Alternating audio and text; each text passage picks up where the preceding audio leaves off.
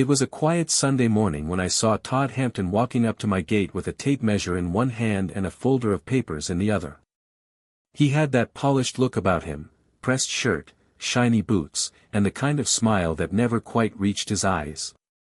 "Morning, Walter," he said, setting the tape down along my old fence. "Seems this fence of yours is off the line. Sticks into my side, right where I plan to expand my garage. Thought I'd bring the paperwork to clear it up." A couple of neighbors slowed their steps on the gravel road, curious to see what was going on. Todd raised his voice just enough so they could hear. "Tell you what," he went on, waving his papers like a teacher scolding a child, "why don't you just give up this strip of land? You don't really need it anymore. Time for us younger folks to put it to better use." I stood there, one hand on the gate, not saying a word. His new garage already cast a long shadow across my yard, reaching toward the apple tree where my children once played. And in that moment, I felt every eye on me, waiting to see if I'd bow my head and step aside like a relic in the way of progress. I've lived on this land my whole life. Longer than most people in this county have been alive. My grandfather bought it after he came back from the war, a tired man with a pocketful of discharge pay and a dream of soil that would belong to his family forever. My father nearly lost it during the drought years, but he held on with grit and the stubborn faith that tomorrow's rain might save the fields.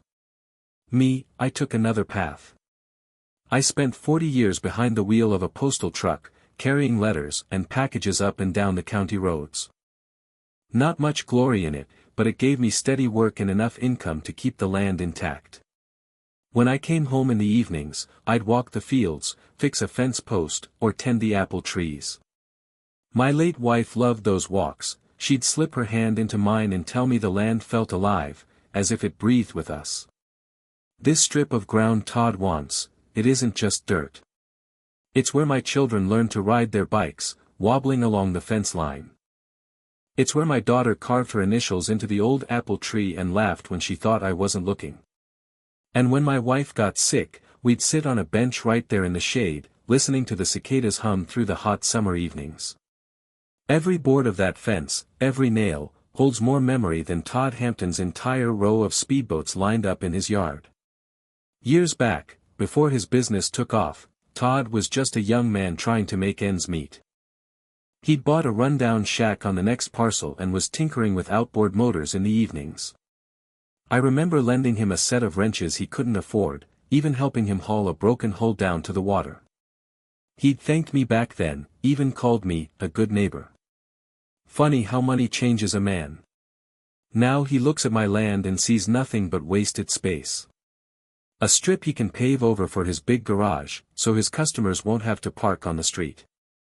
He doesn't see the weight of history, the sweat my father spilled under the sun, the steady hours I drove those dusty back roads just to make sure the mortgage got paid. That Sunday after he left, I walked along the fence line. The boards are gray now, weathered from decades of storms. I ran my hand across the top rail, rough beneath my palm, and thought about how many times I'd stood right there, mending, measuring, watching my family grow. The thought of losing even a foot of it felt like losing a piece of myself. Not out of pride, not because I wanted to spite him, but because it would mean the story my family started here could be rewritten by someone else. That's the real cost. When your ground, your roots, are taken, the memories don't feel safe anymore. Neighbors started talking after Todd's little performance at the gate. Some told me to just sell. "He'll pay you good money, Walter. You can't take it with you," one man chuckled at the feed store. Another said, "Better to make peace with him now than have lawyers breathing down your neck." They said it kindly, but what they meant was, "You're old, give it up." But I couldn't. Each evening, when the sun dipped low and the shadow of Todd's new garage crept further across my yard, I felt the quiet press of a question, asterisk if I don't stand here now, what was all the work for? Asterisk. So I stayed silent. I watched, I listened. And in that silence, the land itself seemed to answer me, as steady as the soil under my boots. A week later, another envelope came. Heavy cream-colored paper, my name typed clean across the front. Inside was a letter from Todd's attorney, written in the kind of language that looks polite until you read it twice. It said my fence was an encroachment. That I had 30 days to move it or face legal action. They even suggested I might be liable for damages if I delayed construction of Todd's garage. I sat at the kitchen table with the letter spread in front of me. The sun had set, leaving only the soft glow of the lamp above my head. Beside the letter, I placed a small photograph, faded, edges curling. My father stood in that picture, young and broad-shouldered, leaning against the very fence Todd now wanted moved. Behind him, the apple tree was just a sapling. I studied the photograph for a long time. My father's eyes carried the same stubborn streak I see in my mirror. He'd worked this land with his hands, with nothing but calluses and a mule to drag the plow. He never had much, but he never let anyone tell him what he owned was worthless. As I traced the outline of his face with my thumb, something in me settled. A quiet knowing. If I gave up this ground, it wouldn't just be a strip of land I lost, it would be a surrender of everything my family had carried forward. One compromise, and the story would no longer be ours. I leaned back in the chair, listening to the old clock ticking on the wall. The house creaked in the cool of the evening. Outside, the night insects sang the same song I'd grown up with. For a moment, I thought of my wife. I imagined her walking in, drying her hands on a towel, telling me in that gentle voice of hers, "Walter, you've kept this place alive for us. Don't let anyone take that from you." I folded the letter neatly, slid it back into the envelope, and set it aside. Then I picked up the photograph, held it a little longer, and finally placed it in my breast pocket. I didn't feel angry. Not even bitter. Just steady. A man can live without many things, but not without the ground beneath his feet meaning something. That night I slept sounder than I had in days. When I woke the next morning, I walked straight out to the fence, ran my hand along the top rail, and whispered, almost to myself. No more giving ground. The shadow of Todd's garage still fell across my yard, but now it felt different. Not a weight pressing me down, but a mark of where the line would be drawn.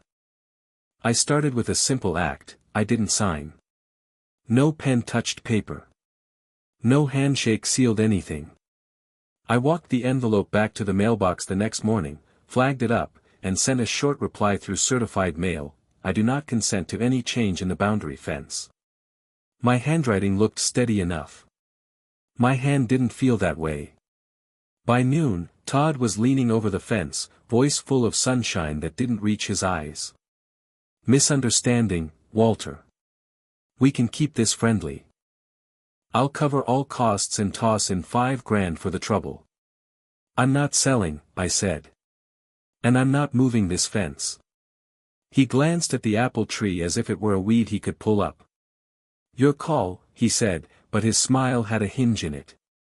That week he stopped waving when he drove past.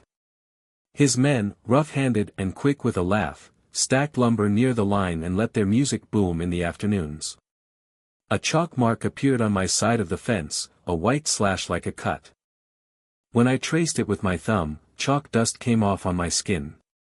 It felt like someone had drawn a future without asking me.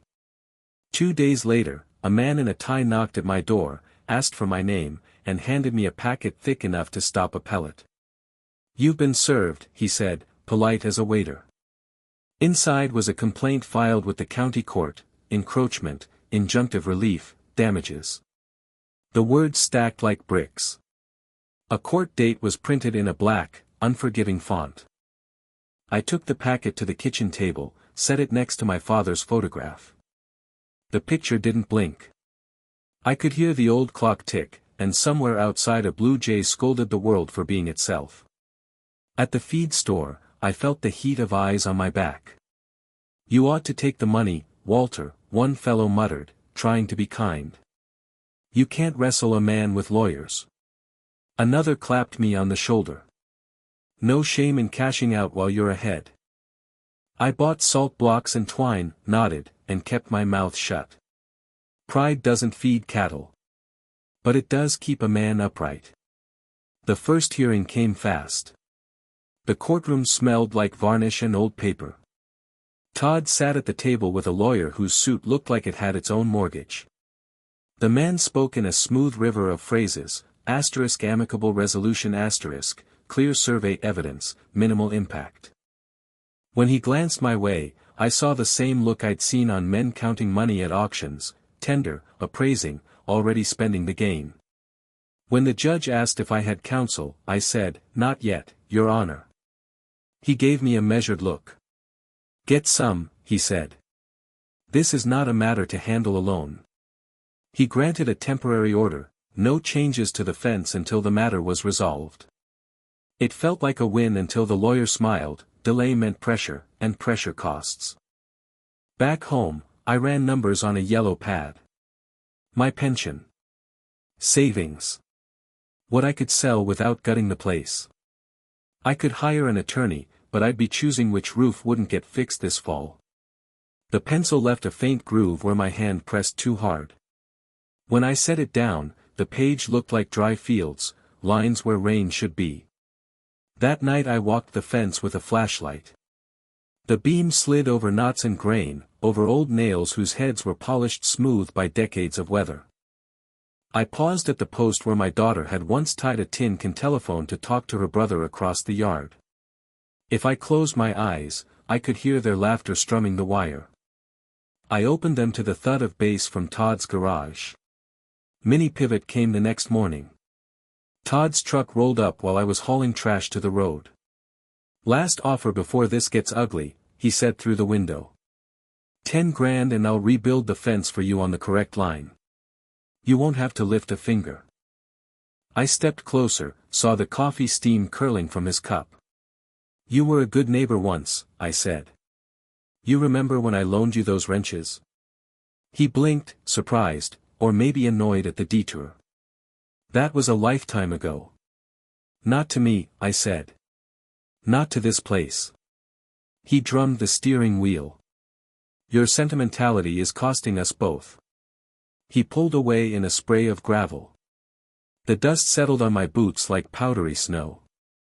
Calls came that afternoon. A real estate agent, cheerful, keen as a tack, said she had a buyer who'd love to unlock the value of the parcel. She said unlock like my land was a stuck drawer she could jiggle open. I told her the lock was on purpose. She didn't call back. Even friends kept their distance. Coffee invitations slowed. At church, people asked after my health with the careful tone you use for a man just out of surgery. I caught Todd in the parking lot one Sunday, shaking hands too broadly, dropping a bill in the plate like it was a medal. No one was cruel. They were simply practical, and practicality has a way of isolating the man who can't afford to be. I did hire a lawyer, local, honest, a woman named Carmichael who spoke plainly and charged fairly. "He's betting you'll tire out," she said, flipping the complaint pages with her thumb. "He's also betting you won't look too hard at your options." "What options do I have?" I asked. "More than he thinks," she said. "But they'll cost time. Maybe a little money. Definitely patience."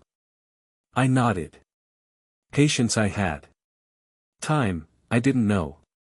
Money, enough if I watched my steps. Another mini-turn, a letter from the county appeared, notifying me that Todd had applied for an expedited permit to continue construction, pending resolution. Buried in the fine print was a clause about substantial progress, influencing equitable remedies. I read it 3 times and felt a cold wind under my collar. If he built fast enough, some judge might later decide it was too burdensome to make him undo it. That night I took the photograph of my father from its frame and slipped it into my pocket again. I sat on the back steps with the porch light off, listening to the crickets stitch the dark together. The land smelled of cut grass and the distant iron tang of rain. I thought about what Carmichael had said, look harder. The next morning I drove to the county building. The clerk's office was cool and smelled faintly of toner. I asked for old plats, historical surveys, anything with lines and signatures. The clerk, a young man with freckles and a good heart, slid a stack of index cards toward me and pointed to a microfilm reader that looked like a relic. "Most folks don't bother with the old stuff," he said. "Takes patience." "I've got that," I said. I fed film through the machine, watching deeds and names flicker like ghosts across the glass, transfers, boundary notes, hand-drawn arrows showing creeks that have since wandered. My eyes ached, my back did what old backs do. Around noon I found myself staring at a century-old map marked with a faint dotted line that ran along the edge of what is now my fence and then slipped toward the creek like a shy river. I didn't know yet what I was seeing. But something in that dotted line tugged at an old memory of my father mentioning the footpath by the water, the one folks used before the road. I printed the page. The machine coughed it out warm to the touch. I went home with the copy tucked in my shirt like a secret. Todd's men were hammering, the sound a steady argument. I stood by the fence and listened, the page whispering against my chest when the breeze stirred. I hadn't found my answer yet. But the ground under me felt a fraction steadier, as if it knew I'd taken the first true step toward it. Patience has its own weight. Every evening after chores, I'd drive into town and climb the courthouse steps. The building smelled of polish and paper, the air always a little stale, like history itself was reluctant to move. The clerks began to recognize me, nodding politely as I settled in at the microfilm machine or bent over survey books. Days passed, pages blurred, and I started to wonder if I was only chasing ghosts. But then, one Wednesday afternoon, I found it, a deed from 1893, written in spidery script, with words that made me sit straighter. Asterisk, a right-of-way easement, granting passage by foot to the public, along the southern fence line, thence to the creek. Asterisk. The southern fence line. My fence. I traced the ink with my finger. The easement was permanent, in perpetuity, the document said, as though it had been waiting all these years for someone to remember it. That night I laid the copy on the kitchen table and stared. The words didn't just protect me, they meant Todd's new garage wasn't simply brushing up against my fence, it was standing square across a historic right-of-way. He wasn't expanding onto dead ground, he was building over land meant for public passage, a path once trodden by boots and bare feet on their way to the creek. Still, I knew I couldn't lean on paper alone. I hired a licensed surveyor named McNeil, a man whose father had mapped this county before him. He came with instruments that blinked and beeped, setting them carefully along the posts. I stood by while he measured angles and muttered numbers under his breath. When he was done, McNeil lifted his cap and wiped his brow. "Well, Mr. Hayes, I'll put it plain. That garage of his isn't just close. It's trespassing. Crosses the easement line by a good 8 feet. You've got a solid case, stronger than most I see." I thanked him, though the words stuck in my throat. Not out of doubt, but out of the quiet relief that comes when you realize you're not crazy. We filed the easement formally with the county recorder. The clerk raised her eyebrows when she saw the date on the document. "This hasn't been touched in over a century," she murmured. "Most folks wouldn't even know it exists." "That's the trouble with forgetting," I said. "The land remembers." A week later, with Carmichael at my side, I sent Todd an official notice, his garage violated the recorded right-of-way. He could either cease construction and remove the intrusion, or negotiate terms for continued use. The reaction came quick. The next morning Todd himself was at my gate, face red, jaw working like a vice. "You think you're clever, digging up scraps of old paper," he snapped. "This is my land now. Your fence is in the wrong place, and no yellow deed is going to save you." I leaned on the gate, calm. "It's not scraps, Todd. It's the law. You built over ground that was never yours to cover." For a moment, he said nothing, just breathed hard through his nose. Then he spat into the dirt and walked off without another word. I knew then what was coming, the fight would move to court, where money and influence weighed heavy. But for the first time since this began, I felt the ground tilt in my favor. That night, I carried my father's photograph out to the fence line. I set it on a post and sat beside it on an upturned bucket, listening to the frogs by the creek and the hum of crickets in the grass. The garage loomed on the other side, its half-finished frame throwing long shadows in the moonlight. I thought of my children running down the easement path to fish in the creek, their voices carried on summer air. I thought of my wife brushing flour from her apron as she called them in for supper. And I thought of my grandfather, who had carved this life out of nothing but faith and sweat. The paper in my hands was more than a legal lever, it was a thread tying all those voices together. For the first time in weeks, I allowed myself a small smile. I didn't need to shout. I didn't need to outspend. I just needed to stand on the truth written long before either Todd or I had ever drawn a breath. The county courthouse wasn't much to look at, 2 stories of brick with white columns that had long ago lost their shine. But when I stepped through those doors on the morning of the hearing, it felt like walking into a place where stories either stood or fell. The air smelled of polish and paper dust, and the murmur of voices echoed off the high ceiling. Todd was already there. He wore a tailored jacket, his hair slicked neat, the kind of appearance meant to remind folks he had money.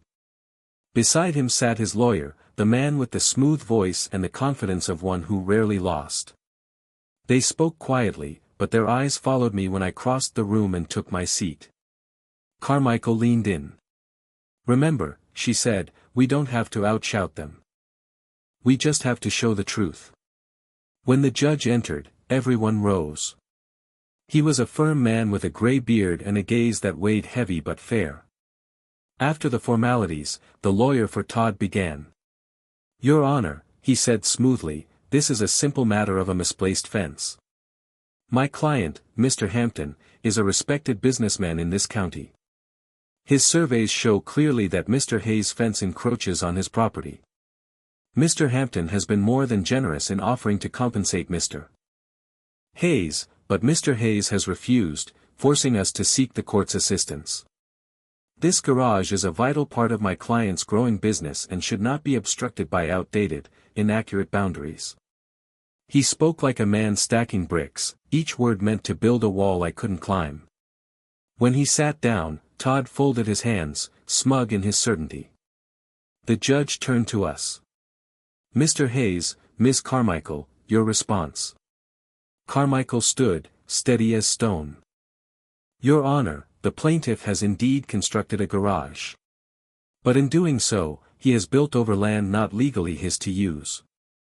My client's fence sits precisely where it should, on the boundary his family has honored for decades.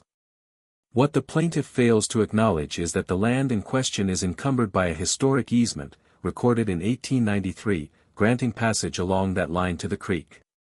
This easement is permanent and binding. And the plaintiff's structure now sits squarely across it." She placed a copy of the deed on the judge's bench. The courtroom grew still. Even the shuffling of papers stopped. The judge leaned forward, adjusting his glasses. "An easement?" "Yes, Your Honor," Carmichael said. "We also have a survey conducted last month confirming the encroachment."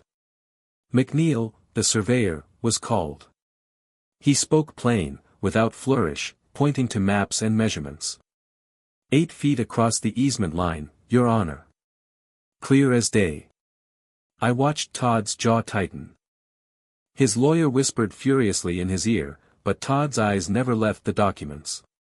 For the first time, doubt flickered there. The judge leaned back in his chair. He rubbed his beard slowly, then spoke. "Mr. Hampton, your garage interferes with a right-of-way that predates your ownership by nearly a century. You had a duty to research the land before building. The law is clear. The structure either must be removed from the easement, or you must negotiate terms of use with Mr. Hayes." The words landed like stones dropped in water. Ripples spread across the room as neighbors and onlookers exchanged whispers. Todd sat frozen, the color drained from his cheeks. His lawyer tried to rise, to argue, but the judge raised a hand. "No. The matter is decided. This court will not allow private convenience to erase public rights. Judgment is entered accordingly." The gavel struck once, sharp and final. For a moment, silence hung heavy. Then the shuffle of feet, the scrape of chairs. I stayed seated, breathing slow, while Todd stood abruptly, face flushed, and stormed from the room without looking at anyone. His lawyer followed, gathering his papers in tight, angry stacks. Carmichael touched my arm. "It's done," she said softly. I nodded, though my throat felt tight. Not with triumph, but with the quiet weight of something restored. When I stepped outside into the bright noon sun, a few neighbors lingered on the courthouse steps. Some smiled faintly, tipping their hats. One man muttered, half to himself, didn't think the old path would matter. I looked out over the square, the flags stirring in the breeze, and thought, it always mattered. It just needed someone to remember. Todd didn't tear down the garage. Pride wouldn't let him swing a hammer against his own ambition. Instead, within 2 weeks, he signed papers agreeing to pay me an annual rent for the use of the easement ground his building sat on. The figure wasn't enormous, but it was steady, and every check that arrived in my mailbox carried his name on the bottom line. The county paper caught wind of it. One morning, my neighbor set a folded copy on my porch, the headline staring back in bold, "Farmer makes millionaire pay rent for his garage's shadow." The story spread faster than summer gossip. At the cafe, folks chuckled into their coffee cups. At the hardware store, a young man slapped the counter and said, "Guess the old-timer still knows a thing or two." The words reached Todd as sure as rain finds the low ground. I saw it in his posture when he drove by, back stiff, eyes fixed on the road. His booming waves to neighbors shrank into curt nods. The music from his garage quieted, as though he didn't want the walls themselves to draw attention. But humiliation doesn't always announce itself with noise. Sometimes it creeps in quietly, when invitations slow, when laughter fades as you enter a room. Todd felt it. His wife stopped appearing at church socials. His kids, once lively in the yard, now kept to the back porch. No one shunned them outright, but the shadow of arrogance carries a chill that neighbors don't soon forget. As for me, I didn't celebrate. I mowed my grass. I patched fence posts. I still rose before dawn, brewed coffee, and read the paper. Life continued in the same measured rhythm it always had. Yet, each time I walked past the line of the easement, I felt the land breathe easier, like a wound had been dressed. One afternoon, as I sat outside, a younger man from up the road stopped by. He leaned on the fence, hesitating before he spoke. "Mr. Hayes," he said, "most of us thought you'd lose. Thought maybe you were just being stubborn. But you proved everyone wrong, without raising your voice once." I smiled a little. It's not about proving folks wrong. It's about standing where you're meant to stand. He nodded, eyes thoughtful, before heading off down the road. The rent money itself wasn't what mattered. It was the principle, that a man, no matter his age or resources, has the right to defend what's his. And that law, though sometimes slow and heavy, still bends toward fairness if you hold your ground long enough. Todd avoided me after that. He didn't come to the gate again, didn't offer deals or threats. His garage loomed where it stood, but it no longer felt like an invader. It was simply a monument to his own impatience, a costly reminder that not everything can be taken with a smile and a contract. For me, the land returned to quiet. The apple tree swayed, the fields ripened, and the fence stood steady, just as it had when my father leaned against it in that faded photograph. The story of the land hadn't been rewritten, it had simply been defended. After the dust settled, I turned my attention back to the small strip of land that had carried all this weight. The ground was no wider than a wagon track, but it felt different now, as if it had drawn a long, steady breath after being held too tight. One Saturday, my son came with his children. The little ones ran through the yard, chasing each other with the kind of joy that doesn't need a reason. I had been saving something for this day, a bench I'd built from old oak boards, sanded smooth, with a swing set beside it. We placed them right along the fence, exactly where the garage's shadow stretched across my side.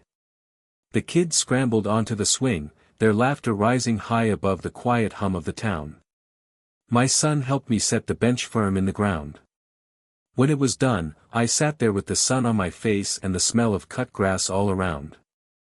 I could feel the years folding into each other, the days my wife and I sat in that same spot, the afternoons when my children played under the apple tree, and now the bright voices of my grandchildren filling the air. The land had carried us through all of it, steady as bedrock. My son looked at me after a while and said, "Dad, you didn't just keep the land. You kept the story." I nodded, running my hand across the bench's armrest. That's all a man can do, keep the story true. Later, when the children had tired themselves out, I stayed on the bench alone. The garage loomed beyond the fence, its shadow still reaching toward me, but I no longer saw it as a threat. It was just part of the landscape now, something that came and went with the sun. I thought about the whole fight, how it had started with humiliation, grown into a storm of lawyers and papers, and ended not with shouting but with quiet proof. In the end, Todd had gotten what he wanted, and so had I. He had his garage, but I still had my rights, and the knowledge that my family's ground would remain ours. I whispered, half to myself, half to the memory of those who had come before me. You don't always need to shout louder. Sometimes you just need to know your rights and be patient. The evening light spread soft across the yard, the swing creaked gently, and the apple tree rustled as though agreeing. And I knew, this was how the story was meant to rest.